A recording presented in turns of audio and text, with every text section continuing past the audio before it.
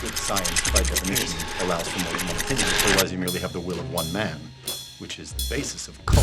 If it's not in frame, it doesn't exist. I'm as mad as hell, and I'm not gonna take this anymore! I'm funny how? I mean funny like I'm a clown, I amuse you? Where you been? Drunk. Wendy? Darling? Light of my life. What is your one purpose in life? To explode, of course. I like death with sex. How about you, Casey? You like sex with death? Yeah, so fuck up and die. Yeah, I just took some cough syrup too, so we should be good. This is the Cult of Knowledge podcast. I'm starting with my hacking deaths. I'm Levi, the corpse, and there's Jordan over there. Sure, I was literally about to say, am I talking to a corpse? I'm not exactly sure. You're still a human, right? I don't know anymore, honestly. Okay. I think, so I'm going to apologize up front. Obviously, my voice is terrible. I am definitely sick, but I'm going to power through because for our passionate fans, the couple of you, so you can still hear you this. sound worse than like M. Murad, the character that eats all the flowers. Dude, yeah. So you sound pretty bad, bud. this is my curse because it's like. Oh hell yeah! So- now you're sounding good. Am I sounding a little bit better? So I'm like, I've had the flu. I've been super sick the last couple days. But this happens to me every once in a while where I'll get really sick and then I'll lose my voice really bad. And this is like, honestly, probably the best it's been all day. And good. We caught you in a pocket, huh? yeah, well, I've been saving it. I've been just not talking. I've been ignoring my daughter, just not talking to her. But it's like it's a curse because I just talk too fucking much, and so every once in a while, I just need to be like humbled to like shut the fuck up. It's like I'll be at work and I just like can't speak. Got to see if you got any like nodes on your vocal cords, bud. You got like. Dude, they're shredded. That's why my voice is so raspy all the time anyway. Because I mean, this sounds like garbage, but it's not that far off. I know, like, you had the right? conception as a kid, like, Dude, I must have had something as a kid. So, anyway, sorry about that. I'm also a little loopy I love it. from all that, so I might be extra dumb this episode, but that's all right. I love that. Jordan's gonna do all the heavy lifting for me because it was your week to write the synopsis, correct? That is correct, sir. I wrote my Thank God. synopsis, and so yeah, I know, right? I actually got as much as I enjoy writing the synopsis, it's also nice when I don't have to because then you just don't have to really put the effort in. But yeah, and this movie I was watching and I was like, poor Jordan's gonna have to write that fucking synopsis. This is I'm gonna come right out and say I wrote a synopsis that's kind of just more like, you know, swaying across the mood of the movie. It's a loose movie as is. It's not like you gotta hit all the thing, fucking structure beats so that we can But follow it along. really, Even if you actually watch this surprising. movie, you can't follow along. So we're talking about 2012's Holy Motors is what we're talking about. That's it. If you haven't seen it. I love it, dude. Yeah, Leos Carax directed this film. He shot it really fast, and I'm gonna give you a little synopsis at home if you haven't seen this film. I actually do highly recommend watching it before we talk about it, just so you can understand. Because like, we won't be able to explain it because it's kind of just like it's super simple in its movie idea, but it's a really large concept of film, postmodernism. Right. So we're gonna get into the just story beats real quick for you. Holy Motor. Dawn awakens to an unnamed man who searches for a hidden lock to open a hidden door. It reveals a movie theater projecting the film of our protagonist, Monsieur Oscar, a shadowy character hidden behind latex and wigs, with one driving force to accomplish his day's assignments. In turn, he embodies a leader of industry, a beggar, a sewer goblin, an assassin, along with a few interpretations of family man. He seems to dive headfirst without looking over the cliff into each part. Oscar's only companion is Celine the woman behind the wheel of the vast limo transporting him around Paris and its suburbs, in pursuit of a purely beautiful act. Where does the role end and the true man begin? Where are the cameras? Who's the director? When will Oscar actually finish his work? Very good. That's Holy actually moly. more coherent than the actual story. I know, yeah, yeah. Well, because, and I think that's where we're gonna drive. So my like knee-jerk reaction for this movie, I was like, I'm bored, and then, like you said when I read your review, and I like that you mentioned that, like, when you stopped trying to find meaning in it, Yeah. it actually, like, it became amazing. It became very enjoyable. And so I hated it. Or hate's a really strong word. I just was like, I wanted so I was like, badly what's to the find point? meaning. Yeah, I was like, what is the point of this? What is the... And I knew going in that it was going to be weird. I mean, it's got a reputation of being pretty weird. And But I was not prepared. I really, like, I thought weird, like, so Possum, that movie's weird. yeah, But it makes sense. It has like a quote unquote narrative. You know, there is. I feel like exposition. this movie is Possum, but on PCP. Like, or this movie is Possum on bath salts. Because it's just got... It's like, I feel like it's... I Like, think I this mean, is, I don't know. It's not as personal of a story, but in a way, it definitely is. dude, It is. But It's wildly but personal. it's trying to throw a wider net about what it's trying to say about cinema and art and stuff. But it just does it with so much more energy than Possum in a different way. Because this movie's just like flowing. Because it wasn't until the sewer goblin, which is the best name for it, or the fucking sewer leprechaun, whatever the fuck he is. Yeah. Well, It's and I until love it that 'cause- segment that I was just like, all right, this is pretty great. I'm digging this. And I like. So I. It's like the 20 fact that minutes I in. kind of. Yeah. It's like the third, I think, right? His third assignment. But I'm like, I really loved the beginning. The opening hit me, and I was kind of. I'm actually happy with the whole finished product, but I was kind of expecting an even drier, like slower experience. Yeah.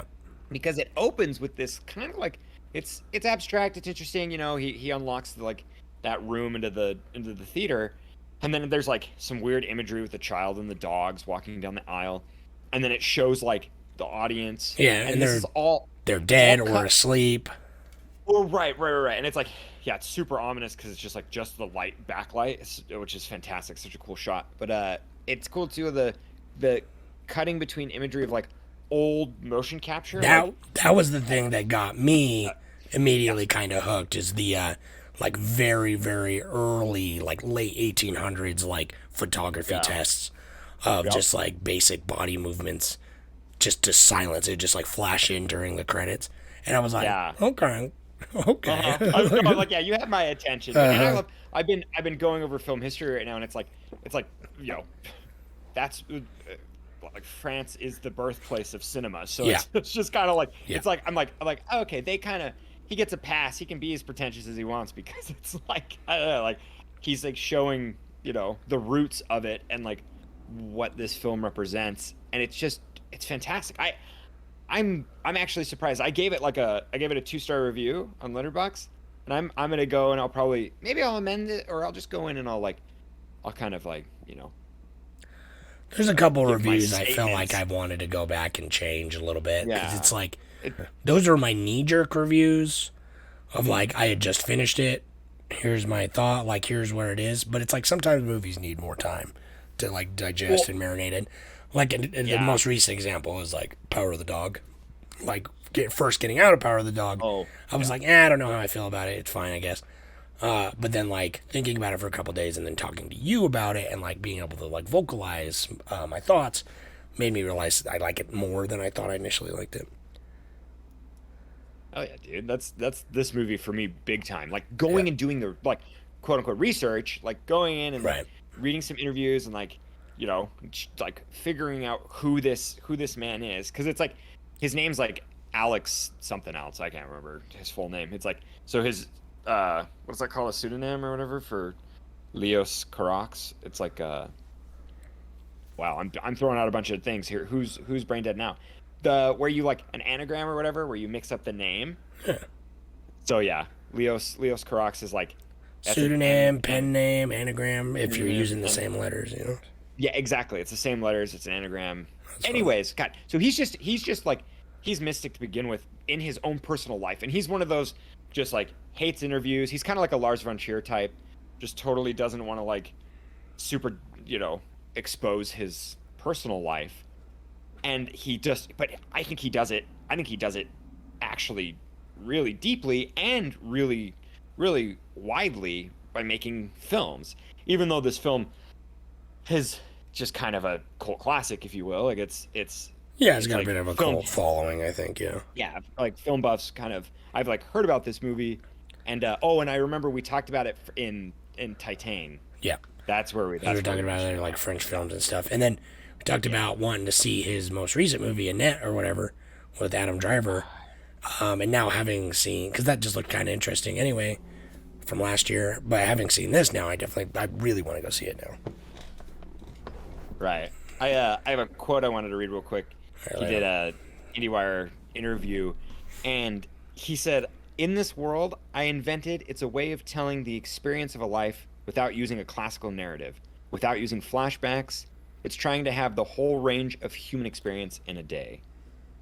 And I like that wraps it up perfect. Like from his mouth, and it's like I think exactly this movie is. That's it's like this movie is like I can't recommend it enough.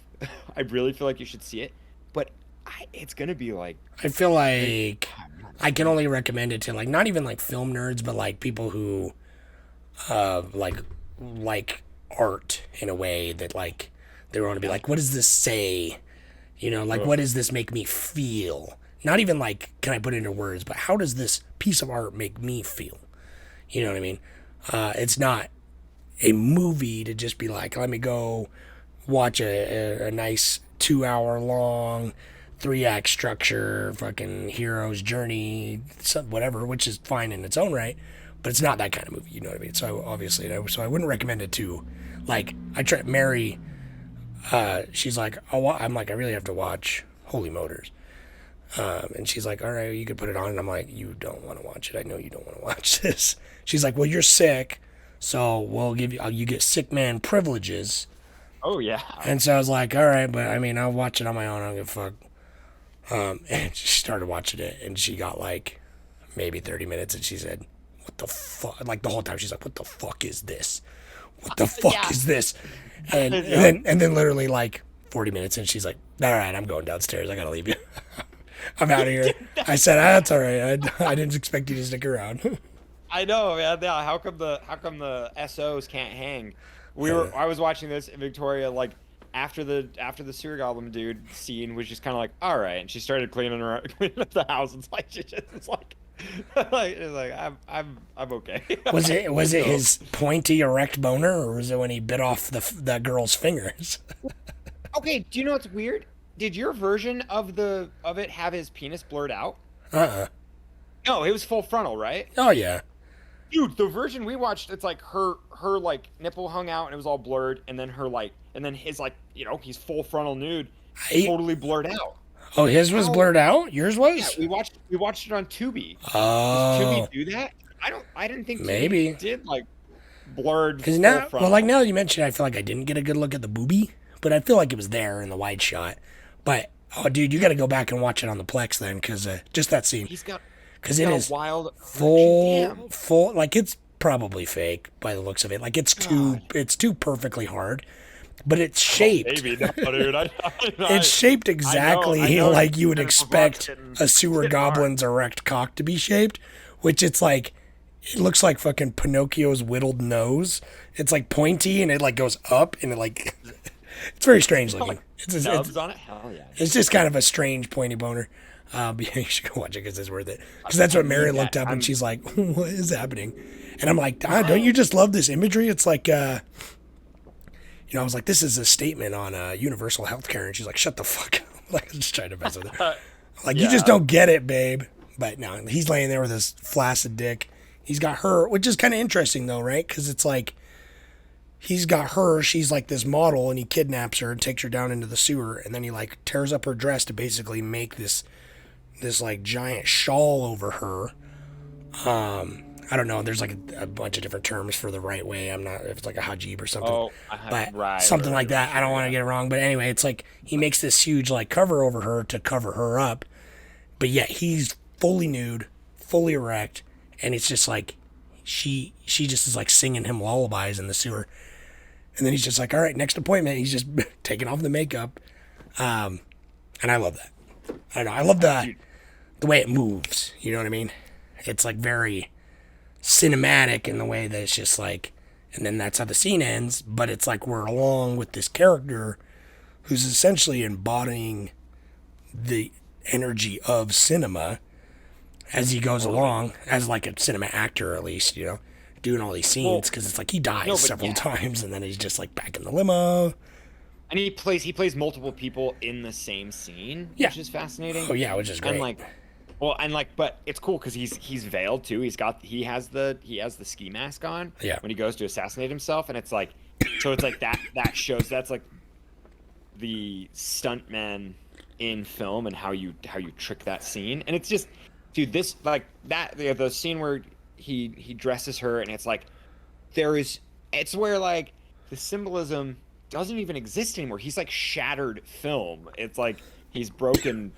Well, that's the thing. It's like any semblance of what symbolism would be. It's like you can break it down a million different ways. Seriously, this movie's got like ideas, but also it's like I think it's purposely chaotic to kind of just be like for the flow of what it is. It's not like necessarily like it's a thought process, but it's not necessarily like, oh, I meticulously pulled over these things for years because this means this and this connection is this, blah blah blah blah blah. It's like it's so much more raw.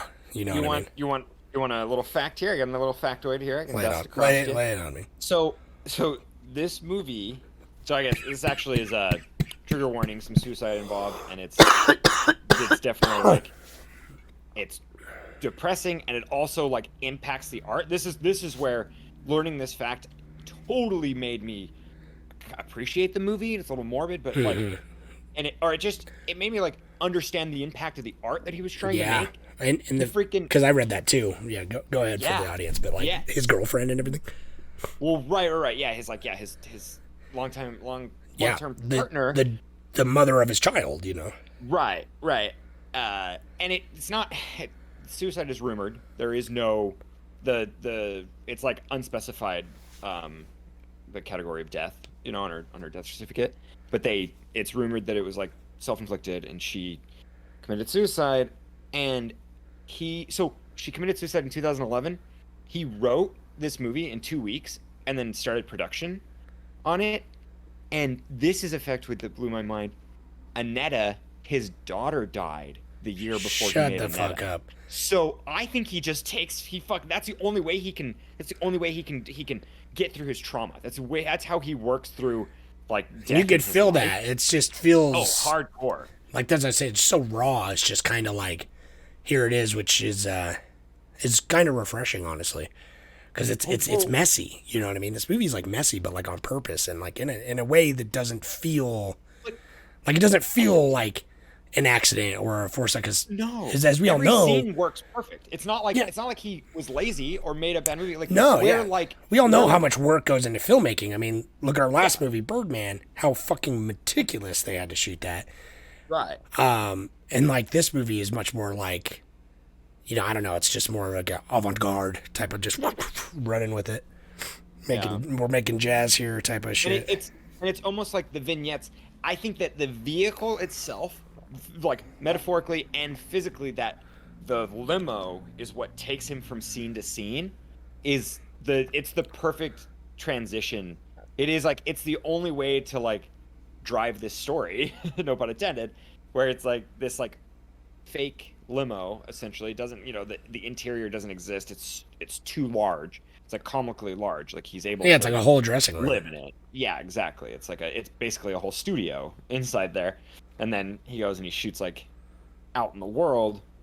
And I love how he has like meetings in there. He meets like with his like quote unquote producer. Yeah. Or whoever that figure is that's explaining to him about the cameras and how like old cinema used to be like have a weight to it, and now it's like that. And I love that too. He's like the cameras are as big as your head, and now the cameras are like invisible. Yeah. And it's just like it's so cool. It's like that part made me kind of like connect back into the movie. Yeah, it's very much Before, I was like just, getting everything. lost. You're always on the stage, especially with now and the internet. Like you're always Yeah. with like look at fucking TikTok or something. Like you're never not on camera in some way. And it's not like, it's not being literal. Like there are millions of little cameras everywhere, which is true with what he's saying. But the fact that it's just like the line between like what is and what isn't like projected art for you out there has been totally like scribbled away. You know what I mean? For cinema and like for basically like all forms of that, because it seems like very much like a weird rallying cry, and that shows like, I don't know, it's like the fear of obsolescence, because it's like it starts with the because that's another thing that really clicked for me early on, where it starts with the movements, the body movements of the original like film tests, but then it's like a couple scenes later he's doing the motion capture suits. You know what I mean? I loved that. Yeah. And it's like totally just like 100 years later and some change. It's just like how much has changed, but also like how much is still inherently the same when it comes to like cinema. I don't know. It's like it's hard to say if it's just this is just about cinema, or if it's about performance, or if it's just about, I think it's just more broadly about expression through art. Yeah. Well, totally, dude. And the original screen tests, the men are nude in that, and it's like it's fantastic. And then when he shows the present day motion capture, it's like it's super pornographic. It's almost where it's like they're not nude, but what they're doing, it's like you wouldn't want a child to watch it. Even though Leos Carax he invites children to come see this movie. He's like I made this movie for an 11-year-old. So it's like It's a kids movie.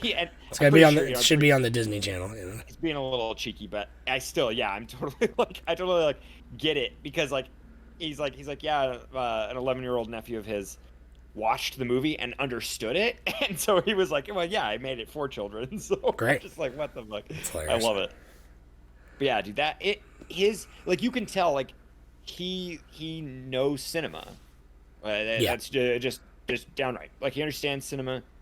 And I was kind of heartbroken though, because he like I don't know if he's just like disparaging on himself, but he really doesn't like film, which is so weird.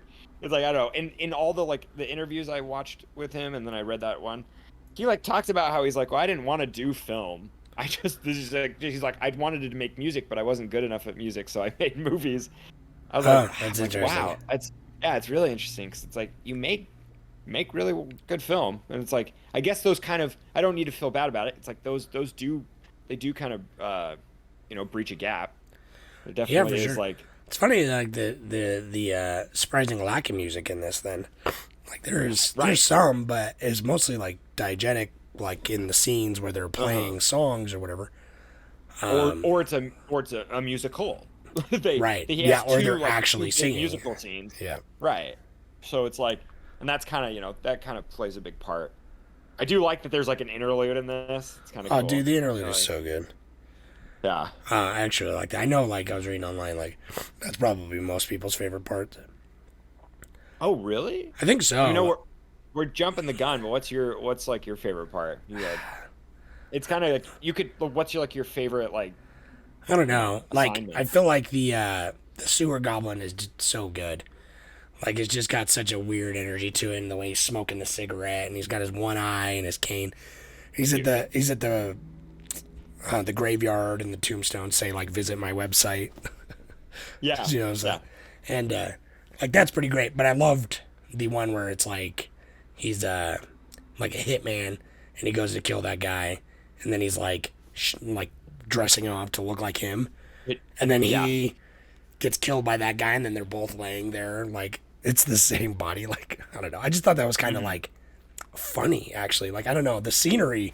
Yeah. Like, it was weirdly comedic, just to be like the absurdity of it. Like, this movie has got some weird comedic vibes throughout it. But it's like the absurdity of just like, imagine being the guy to walk up on that scene. It's like two identical bodies killed in the identical way. Like something about like the symmetry of that really really stood out to me. But I thought there was something great about like almost all of the appointments, like Right. knowing about the suicide and the way he runs out of the building and sees the bodies And sees the body. It like and he just screams yeah. and gets in like right into the limo.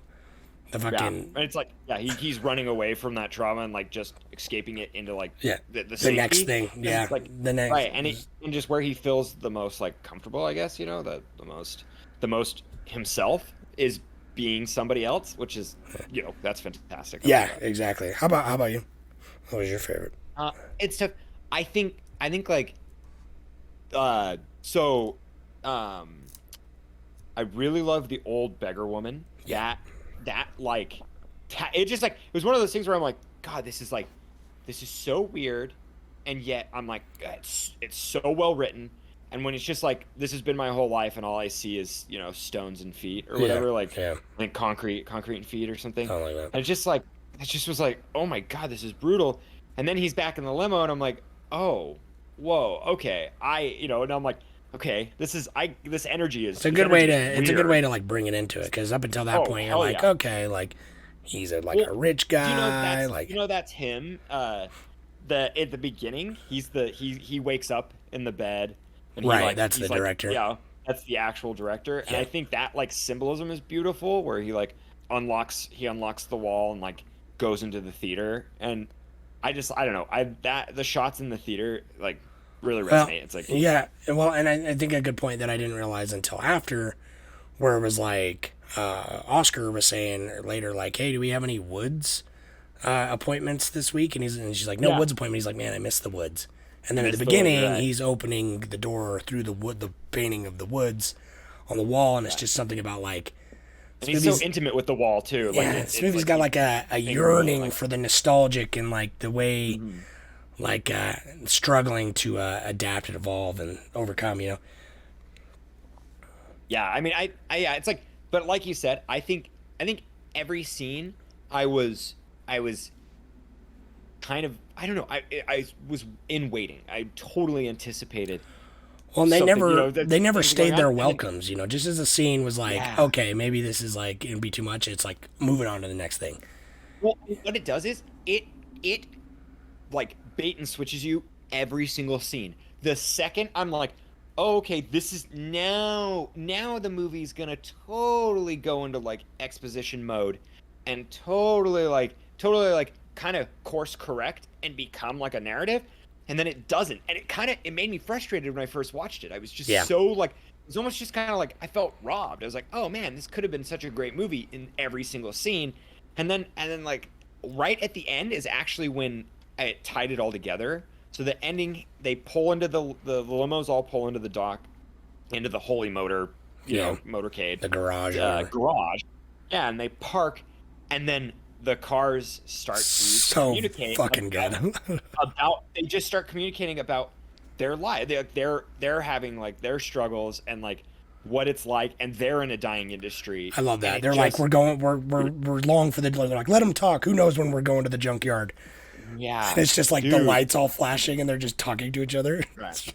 So good. I love that. It's such a cool, like when it ended, I was like, God, I'm like that. Yeah, that was a great way to end it. That was my favorite part. Yeah, I said that when it ended. I went like Victoria's like, you liked that? I was like, yeah, that was that was my favorite part.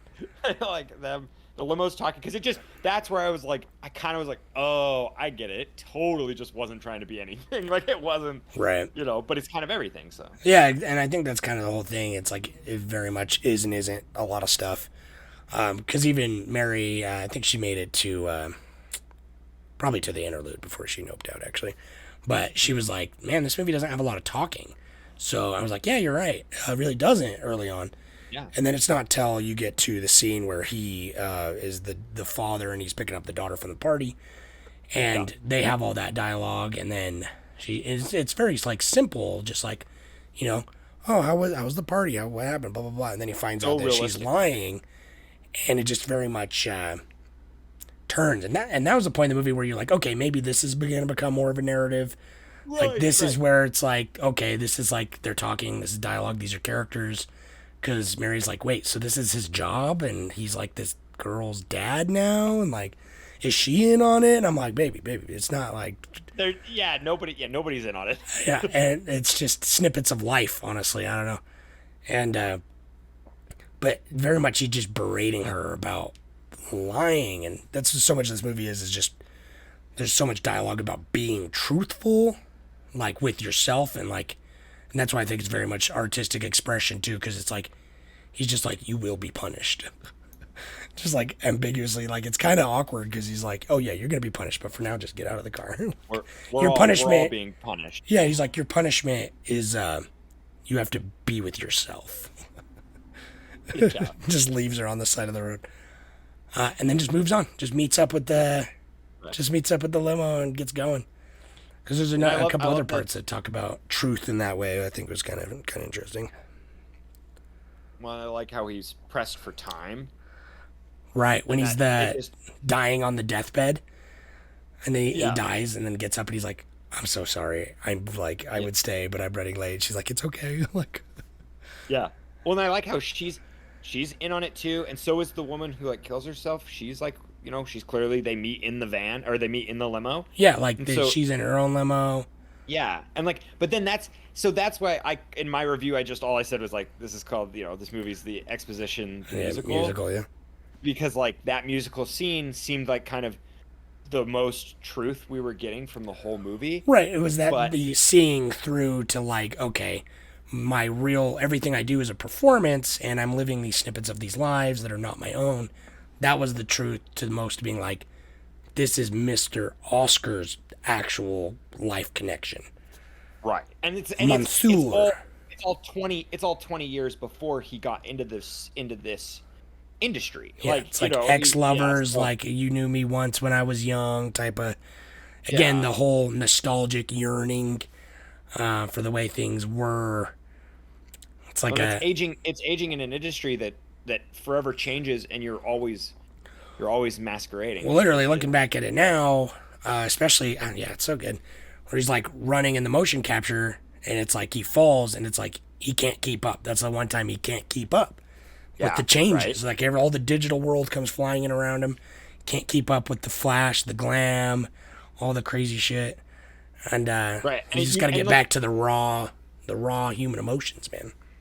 Yeah, and him screaming, like, it's really, he's acting, but that he, like, they put that thing up to like 11 and he fucking just hauled ass. Like, that was not acting. He just was screaming for his life because they were making him run on that treadmill. Dude, till he fell. They just blasted it up until he went down. And it's like, that's something I appreciate. Because, like, is it Denise Levant? It must be. I mean that Dennis Lavant. Denis, like Denis Villeneuve, I don't know, like a French something. Yeah, maybe Denis, and maybe I'm putting too much S on it. But anyways, his acting was beautiful. So good. Like, dude, he's a chameleon. Oh, for sure. Yeah, for sure. I was really into it because, like, there's even times I'm like, is that even him? Because he, like, with the makeup and everything, I'm like, God, it looks so different. Like, yeah. But obviously he played multiple parts. I'd be like, oh, that other guy is him too. And then he kills that guy. Like, I know that, and that was trippy. It definitely caught my eye, and I had to be like, did I really see that? Is that what I saw? This movie does that so well. It tricks you, and it, like, each scene immerses me enough to where, like, I'm like, is this it? Is this truly the scene? And that's why my fan theory is the beginning, he's leaving an assignment. Like, that's, he's not makes sense. Leaving because the only reason is because he has the bodyguards following him, and then he has the bodyguards as he's an elderly woman, and then he's done, and then the bodyguards are gone. So it's just like, it was just another. I feel like he just is always putting up this fake face, man. Yeah, and it's like, and maybe when he goes home and he lives with those, like, with the apes. Monkey, like he's got the. I like that a lot too. Like that felt like very David Lynch to me. When it's he goes in the house, I'm like, all right, what's it gonna be this time, And then he goes in, and you go in the window, and then it's just like the ape comes in with the baby ape, and he's like, oh, hi, honey, He's like, yep, nice. Right. It's almost like it's just like his interpretation of loss is amazing. Like Yeah. that it feels like every scene it's like it does have like such a strong range of emotions. Like I was seeing the monkey and stuff and like it's holding like a doll and it's like he's so affectionate and like caring and it just seems I'm like this really could just be his life. You know, Aren't we all just apes, Jordan? Aren't we all just basically just apes? I'm definitely eating bugs off myself. So Ape yeah, like, dude, ape life. ape life. Yeah, dude. But yeah, man, you got any But even let me pull it up. Oh. But even the stuff about like even her, I didn't realize because I haven't seen that whole movie, but I want to. But Eyes Without a Face, his limo driver is her from that movie, and then even at the end, she like puts on the mask and like I'm coming home and leaves. It's just like we're always wearing a mask. It's hard to be true. It's hard to be raw. Hard to be yourself, and it's that truth that I feel like the filmmakers are trying to really tap into. You know what I mean? Yeah. Do you want to know what's funny? That mask scene is the only time that he like was spontaneous. Like he like all the other scenes he shot and like they were his vision. They were like the treatment that he wrote down, the blocking, everything they did. It was all like deliberate and intended. And then on the day of shooting, she was just gonna pull in and leave, but someone brought the mask on set and thought it'd be funny to like have her wear it. You know, kind of like. There's that it's kind of an homage, and he's a little frustrated that they did it because now that's all people talk to him about is like, hey, because I think it's like it's the only true thing people can latch on to for this movie is being like, hey, that's a literal representation of an old film. Like, is it in the same universe? Like, yeah, even that. Is she playing in canon that character or something? Yeah, exactly, and so he kind of regrets it because he's like, that's all everyone asks me about this movie now. So can't believe his fucking daughter died too. That's sad. It's brutal, I really want to go watch his other movie now because that girl at the very beginning through the window is his daughter. Right, exactly, and that like So I like found that out, and I was like, oh, that's cool, that's her daughter. And then I don't think that was the one who passed away. It was like there was a car accident in. Oh yeah, I guess people can have multiple daughters, huh? Yeah, he had 3, and so. Well, good for him. Hopefully he still has the other ones. So Houdini18 says, "Oh, it definitely lives up to its reputation. Without a doubt, the weirdest film I've ever seen. It has moments that make me doubt what the fuck I'm watching, but then again, it has some of the most beautiful moments ever put to film as well. I hope you all enjoy. It should have at least a part for everyone, I think. Not sure if I'm ready for a rewatch yet, though." See, and I don't know. I guess I don't know if I'm not ready for a rewatch yet, but I will be. I will be one day. I'll rewatch this one day because I'm gonna go back through the rest of his movies because I haven't seen any of them. No, I think he's an interesting filmmaker, so I definitely. I think he's only made like 4, right? Yeah, because I remember looking like before Holy Motors, he hadn't made a movie in 15 years or something like that, 10 years. Yeah, right. So Cog D1Z says super weird and incredibly cinematic. Denis Lavant gives a masterclass performance. I don't think my wife has seen it, so I'm ready for a rewatch. Yeah, give it a rewatch. Come back here and tell us how it is on a second time, because I feel like we've talked about this, especially a lot this month with Cerebral Month.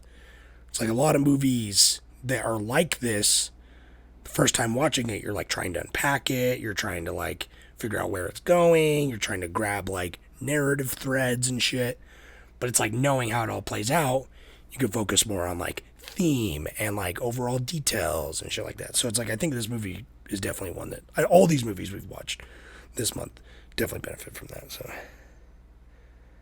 hell yeah, that's it. I did a post, but what I'm talking about right now, so fuck it. Well, thank you everybody for. Oh, that was close. We got talk for a sec while I pull up Travis's voicemail just so it's ready. Voicemail. Gotta find it. I'm feeling a little loopy. Excellent. I was going through and I was trying to figure out. So like, he plays. He has like 9 assignments essentially, and I like really couldn't. I was like, he's like a middle class father. I was There's trying to he's a count them, yeah, reporter. but I lost. I kind of Like, lost it. It's like a middle class father, a motion capture stunt actor. He's the assassin and then the target. He's a dying old man in a luxury apartment. He's I put the plant powered sewer goblin as my my list. Dude, that just just eating the fucking flowers. I love it. No, and when he started just like everything he was eating, I was just like, fuck yes. Dude, and everyone gets out of his way but the one blind guy, and he just like plows through him. Yeah, dude, that's so dope. And then the old beggar woman, and then a man coming home after a long day of work, to the monkeys, to the interspecies family, and then like the like meticulous mob man, and the dad in the the dad in the car. Yeah. I think, right? And Yeah, I think so. Or the dying man. Yeah. I feel like there might be. I guess it's just because. It's hard to tell because it's like the interlude. I don't think counts, but who the fuck? No, right? Yeah. See, that I know, right? And that's almost kind of like that's where it kind of gets me frustrated because I'm like.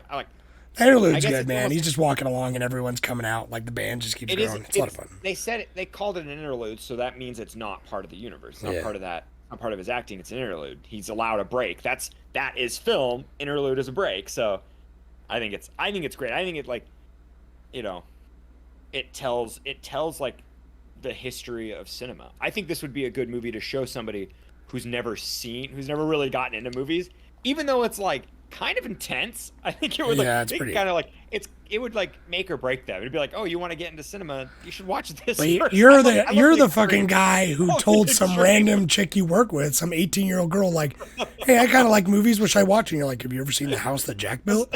Like, we're not really the authority because we're like, what's the best first date movie? It's Before the Devil Knows You're Dead, Exactly. That is the best first date movie, dude. That's a fantastic film. And it's like, I feel like that's it. Because it's like, I don't want any weaklings out here in the cinema world. Yeah. You gotta be able. You can't handle fucking. See, this is the conversation though. Like, I feel like we've just become reserved to it because I don't want to feel like, because I talk to my wife and I'm like, I don't want to feel condescending when I'm saying you just don't get it. This movie's not. We are though. I know. I'm like, babe, I love you. You just like your movies to be literal. You like what is happening on screen to be literally what the story is. Very little room for interpretation because that for some, I think some personalities, I don't think it has anything to do with like logic, but like for some personalities, it's like that's frustrating for them. But I think that's why we're quote unquote like creative types. It's like more creative types like engage with art in that way. Whereas like more like A-type personalities and like more organized people, because I'm not fucking organized. It's like I think they struggle with these kinds of movies more. So, and it definitely doesn't have anything to do with like, well, you're just not smart enough to get it. I think it's just like the way like certain people engage with art is differently. And I think like an artist, I think this movie is for artists.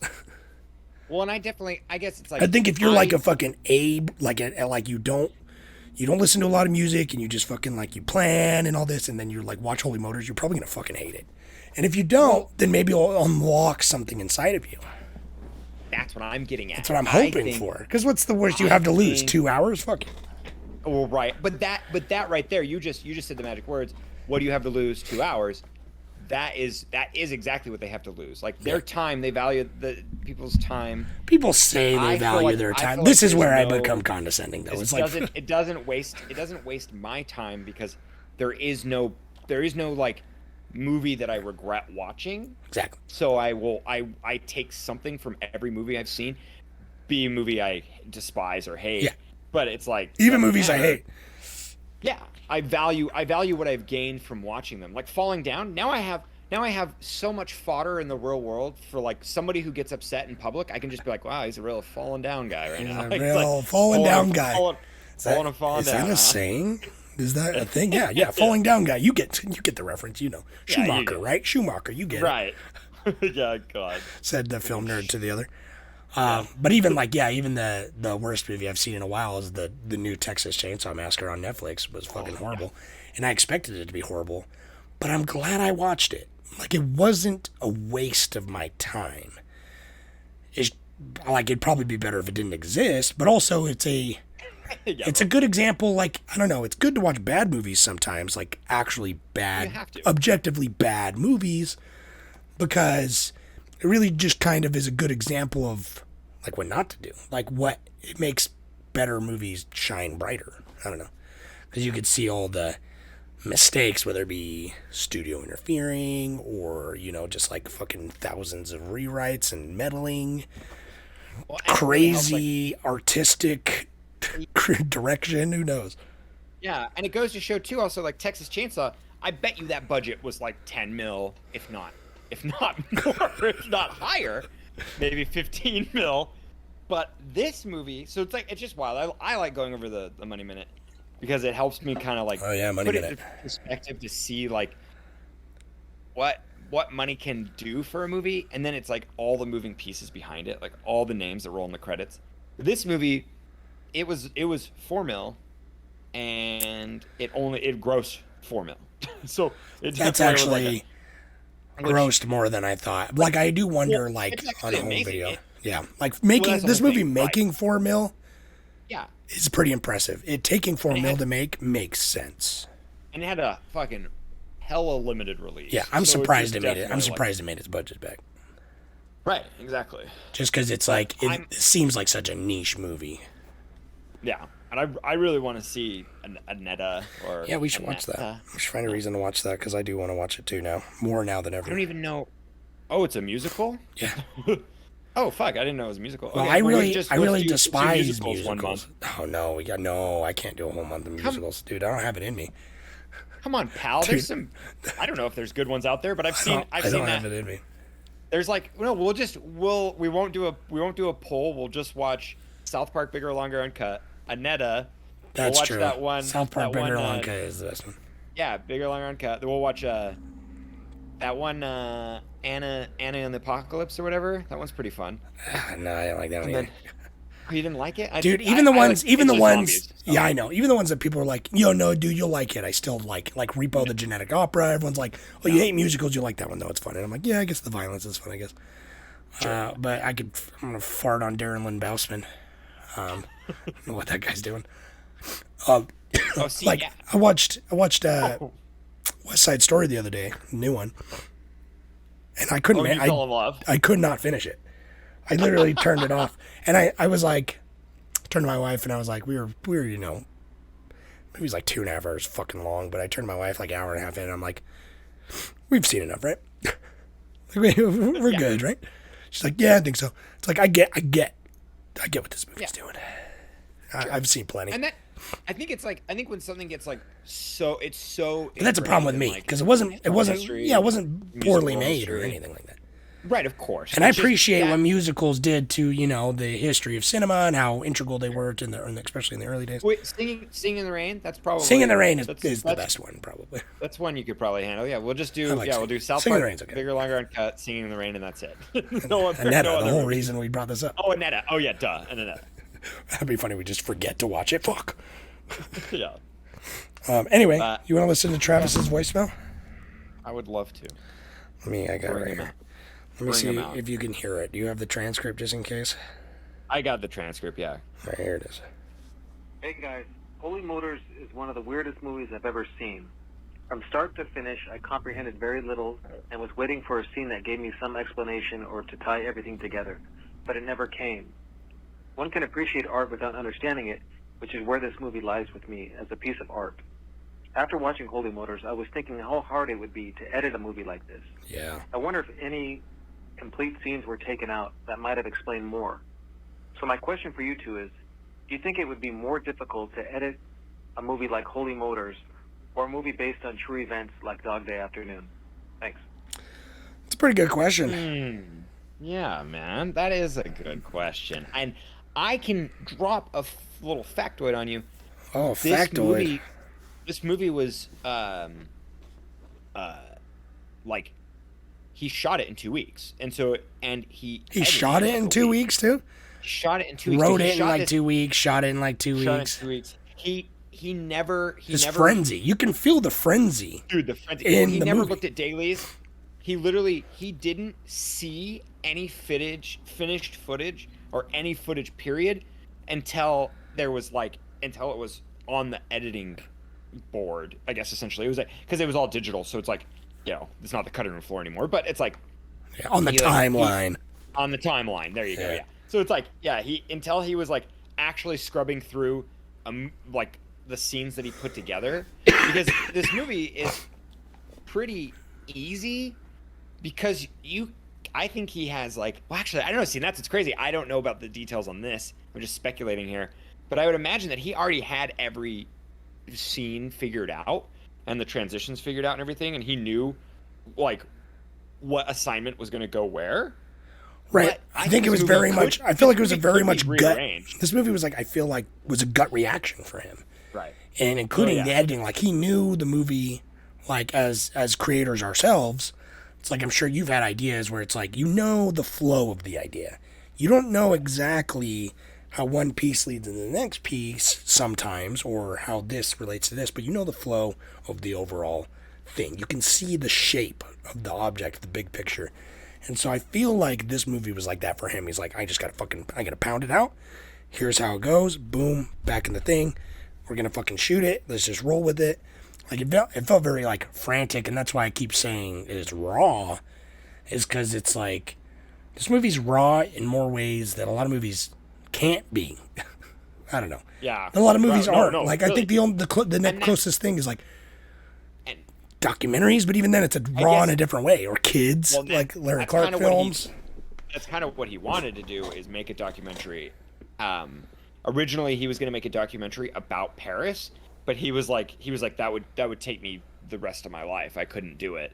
He's Yeah. like, I couldn't complete this movie. He's got He two wanted to make modes. a movie. Like, just find the middle ground there, bud. Like, he's like, we're gonna write, But- film, and edit a movie in 5 weeks, But or I can make yeah, a documentary that's gonna take 20 Uh-huh, years. but- Yeah. Yeah, exactly.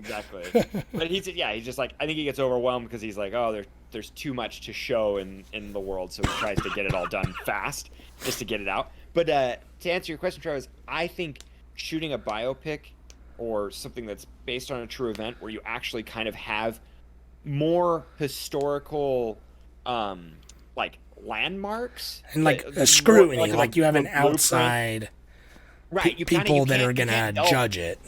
Yeah, you can't delve outside of, like, you can portray a character a certain way, and people will critique that, but the overall story has to be the same. Like, OJ has to go free. Like, Dog Day Afternoon, he's he gets caught at the end. Like, Right, that's and that's how it literally happened. Only a couple movies can really take and twist that, like historical fictions, but still at the time, people were pretty riled up about like Inglourious Bastards because it changed the war. Right. Even though it's totally historical fiction, but they're like, yeah, that's disrespectful. It's like, no matter what, I feel like you're always going to have that scrutiny making something that's true to life.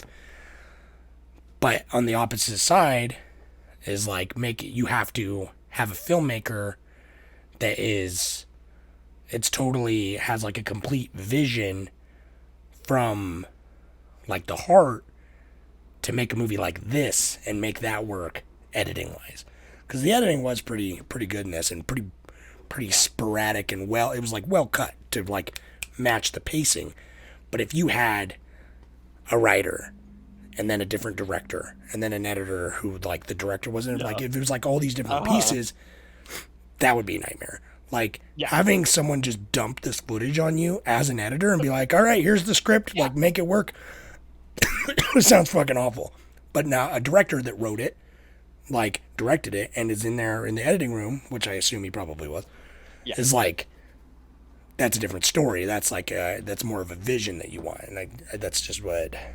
And that's like an auteur that really goes, that's making a film, and it's like, this is an indie film for, purpose. It's like low budget. I mean, you're under $5 million, so it's like that's nothing. And you're doing all the movement. It's like it's great. You're there for every day. So well, Travis, I hope that like our discussion has somewhat shed a light, because I don't think we have necessarily all the right answers. I mean, this movie definitely seems like it can be open to a lot of interpretation, but I hope that, I feel like I have understood some of it, but I don't necessarily know if that was the filmmaker's intention always, because it's like art is a two-way street. You know what I mean? You got your filmmaker And intention. this is what we get with cerebral films. Right. That is what's so fun about them, is you get to put your own opinion on it. So it's like you're like, yeah. Once you put your life art that out in the travel- world, it's how it's perceived becomes a totally different thing. You know, and but yeah, that's like I can see, because we were right there with you, Travis, when it's like we were frustrated at the beginning. We both were, because we were like trying to figure it out. We're trying to like figure out the mystery, because unlike a Mulholland Drive, there was a mystery. There is a little bit to figure out. Like that one's more of like you can dissect it. There's obviously a lot of interpretation as well, but that movie is like more of this. This movie's got like more of a chaos that I think can be enjoyed without trying to like put bigger themes to things.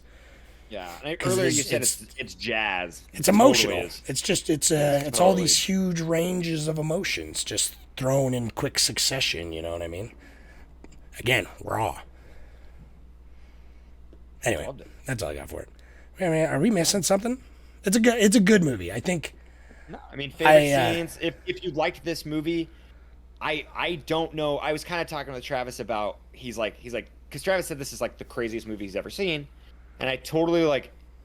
I think it is in certain ways. Like I always talk about Enter the Void. I love that film, and so like that is a movie that I'm like, if you want a movie that will like truly, so that Enter the Void is like a religious experience almost. I mean, it fucking. I've only seen it once, but it knocked my socks off.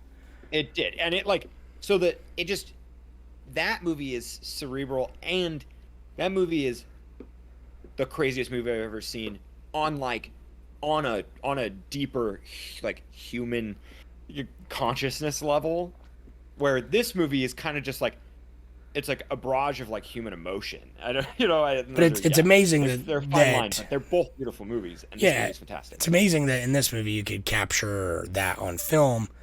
But yeah, just like Into the Void, it's like it's a kind of a wonder that movie exists the way it does at all, because the scope is so like, how do you feel like you have that idea, or you have the idea for this movie as well, and it's like, how do you put that to fucking film, man? I wouldn't even know how to begin. It's very impressive. The fact that like I can watch this movie and actually kind of I understand intention. Right. There's and like like it's not pure gobbledygook, like right, and it's not where Mulholland Drive kind of lagged a little bit in the like it just kind of excitement department. It kind of like it's good and I like it a lot.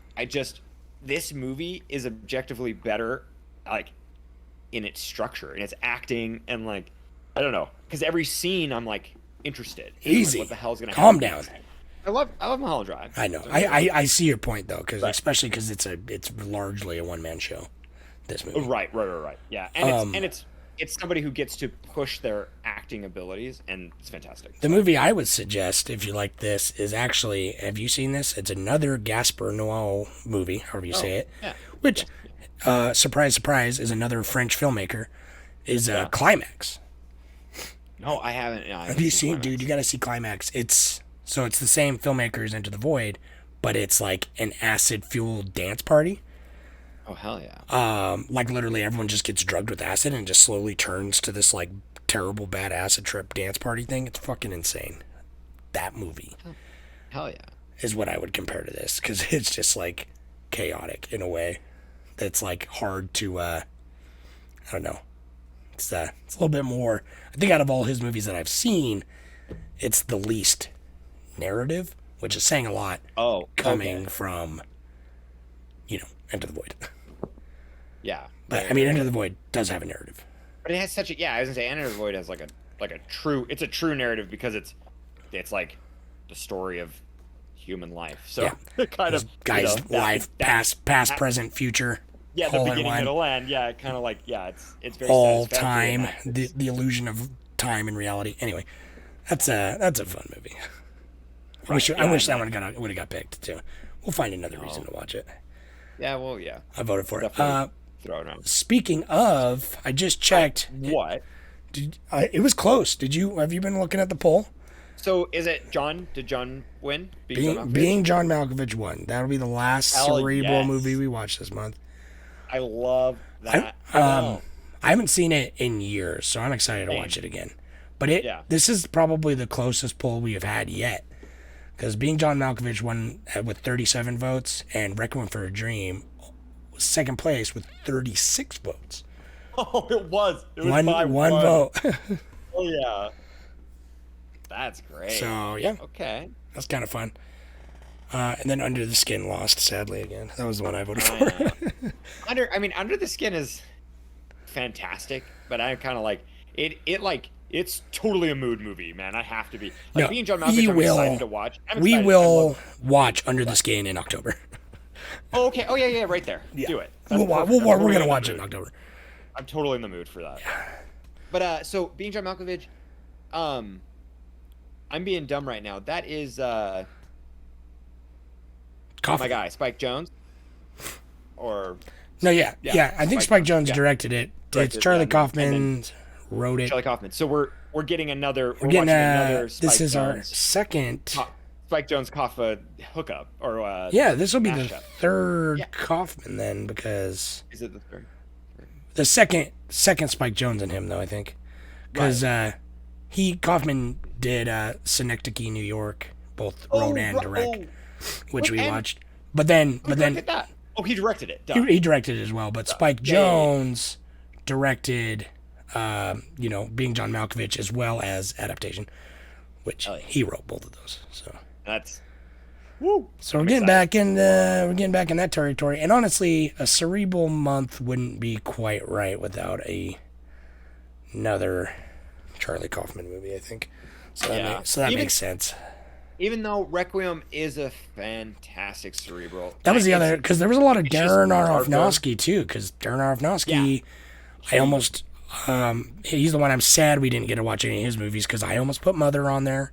Pi was in the running, which is Darren Aronofsky's first movie. I almost put The Fountain on there, because I haven't seen that in years. I've never seen it. And I remember thinking it was overrated when I first saw it, but that was in high school, and me back then. I was like... Everyone was like, "Oh, The Fountain." I'm like, "Yeah, it's just a bit pretentious." But I think I'd like it. Patrick Rogers also were like, kind of just you said it was a little pretentious, or just like a little. I still think it's like I felt about The Fountain at the time the way most people felt about Mother when it came out, but my opinions have changed because I loved Mother. Mother's so we were the only one. We went and saw Mother in theaters, and everyone hated it. And me and you were like looking around. Or dear now wife was just devastated. I feel so bad. I know. Everyone was like, "What the fuck?" Like people were getting out and leaving, and I'm like, "How can you? What? What is happening?" Yeah, dude. It was. Yeah, it's so good. God, Mother's really dope. We should watch that. Like, but it's weird. Why did Darren Aronofsky go hard religion? I mean, I guess Mother's religious too as hell, but then he made a Noah movie, which is an actual biblical adaptation. But I guess all of his movies have that theme. I don't know. He's weird. He's like Scorsese's religious undertones, but meets a way fucking weirder filmmaker. Yeah, and I don't want to be. That's true. I guess Scorsese is hardcore. I forget. Dude, hardcore. I mean, come on, you're over here sucking Silence's dick like every other podcast. I know. Yeah. Well, and Passion of the Christ or whatever, or not Passion of the Christ. What's it called? Oh my God. The Last Temptation of Christ. The Last Temptation. With Willem Dafoe. Yeah. With William Dafoe. Yeah. I've never actually seen that. Oh, it's fantastic. I want to watch it because Willem Dafoe is one of my favorite actors. So. All right. Yeah. Being John Malkovich, staying next week. Hey, good news. My voice kind of cleared up through this, so. I know, you're sounding normal now. You're sounding more or less halfway through this. You sounded just.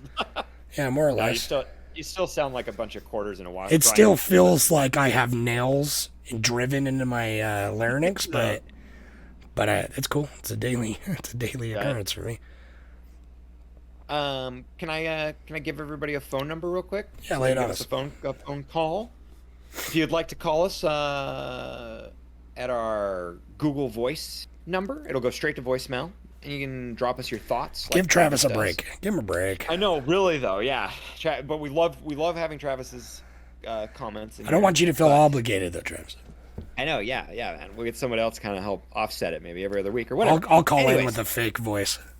Yeah, Or no, I'll give my People wife. will know. I know. People will know, yeah. Like, hey, it's me. I'm calling. I got a question. How did you guys?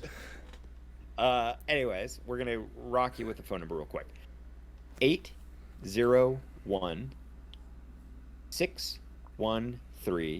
801-613-1501.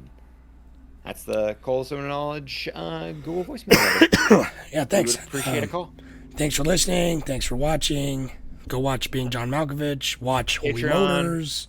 Our awesome patrons that are on Patreon. They've unlocked all the special bonus episodes and Yes. access to Plex and If Sticker you Month. were a patron, then you get to watch Holy Motors with full frontal cock. Yeah. So enjoy that perk.